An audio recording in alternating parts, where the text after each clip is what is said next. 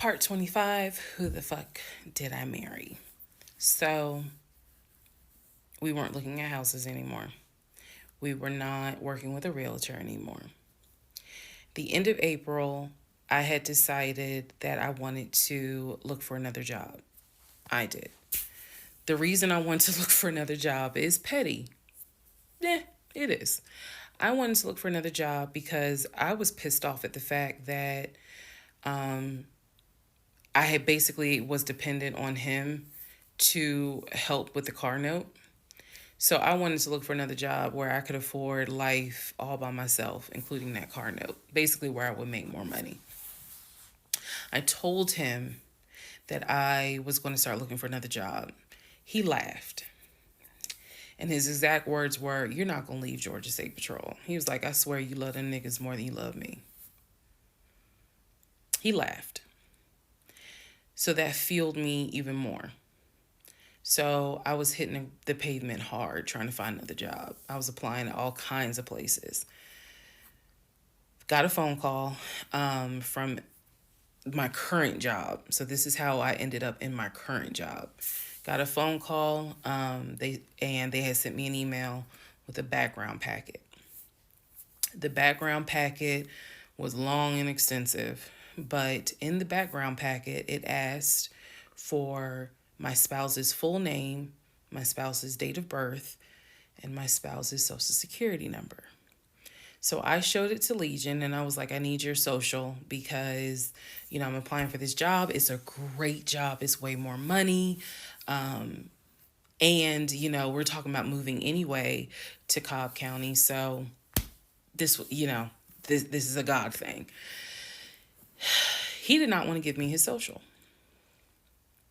I showed him the paperwork where I was like, "Look, because we are married, I can't lie on here. So help me." So he writes down his social security number on the background packet. And I eventually turned it in. I had scanned it, saved it in my email, and sent it in.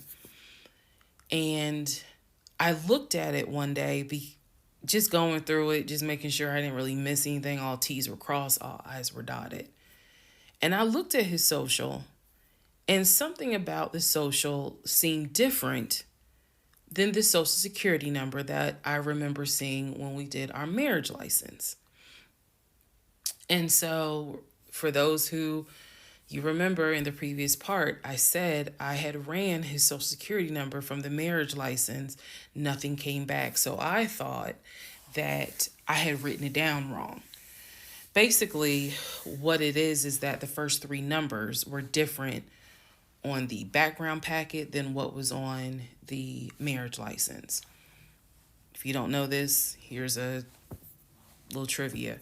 Your social security number, the first three numbers, pretty much are dictated by the state you were born in and the state that issued your birth certificate. So he was born in Pennsylvania. So the first three numbers of his social security number should be attributed to Pennsylvania. Pennsylvania, shit, they probably got like 5, 6 different numbers, 3-digit numbers that your social security number can start with. So the social that was on the marriage license, for example, was probably 123. What was on the background was 456. Both of those social security 3-digit prefixes are issued through the state of Pennsylvania. Again, this is an example so I can make it clear. So when I saw his social on my background, I immediately knew that was a different social than what I saw on the marriage license. And when I compared, because I had found a copy of the marriage license that we turned in because I had filled it out on the computer. So sure enough, the first three numbers were different. The rest of the numbers were the same. So one of two things. Either when I ran his background, I did in fact put in the wrong number, or the number on the marriage certificate or the background packet is wrong. So I decided that I was going to roll the dice and take the social from the background packet. Again, this is the background packet that I had to fill out to get my current job. I was trying to get a new job. Okay, so I took that social and I ran a background check on it. What came back on this particular background was all the addresses that the social security number, I guess, had been attached to. So all of the addresses, the states were Georgia, Rhode Island, Pennsylvania. What I did not see was California. So I thought that was weird. I thought, okay, maybe this is not a complete background because clearly he went to San Diego State. It's on his resume. It's on quite a few things. Social media. He didn't have a LinkedIn, but it was on his social media. So clearly he had been to California. So maybe I just need to do a different background check. Also to note during this time, I think I told you guys he had hit his leg at work. So what was happening was it was getting more and more difficult for him to walk, like put pressure on that leg, on that knee. Um, he was still able to go to work. He was still leaving at 6:15 in the morning. He was still coming back between 3:30 and 4 o'clock. But I clearly could see where he was in pain. He would elevate the knee, ice the knee. It was getting worse, and I was constantly like, "Go to the doctor. Let me take you to urgent care so that they can look at this knee because you shouldn't still be limping and having a hard time putting weight on that knee." And every single time he was like, "Oh, it's fine. I have a doctor's appointment on Wednesday. The doctor just told me to ice it and to elevate it. This is an old football injury. It happens all the time. It used to happen a lot when I was out in California." So I'm mentioning this knee issue for a reason. But back to the background. So once again, when I ran the background the second time with the second social, it showed me states of Georgia, Pennsylvania, and Rhode Island. And that's all that I saw in terms of addresses.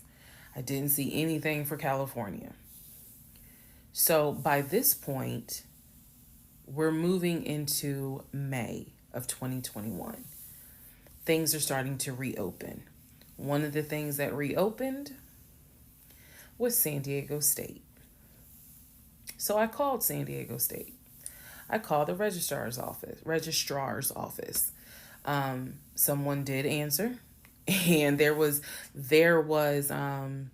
instructions on how to request a transcript. I was able to try to request it online. You needed the student's name, and I believe you also need their social. And when I typed it in, it said no results found. I believe that I sent an email asking, this person is saying that they were a student there. Can you verify it? The response I got was there were no records found with that social security number. So I'm like, okay. I asked him about it.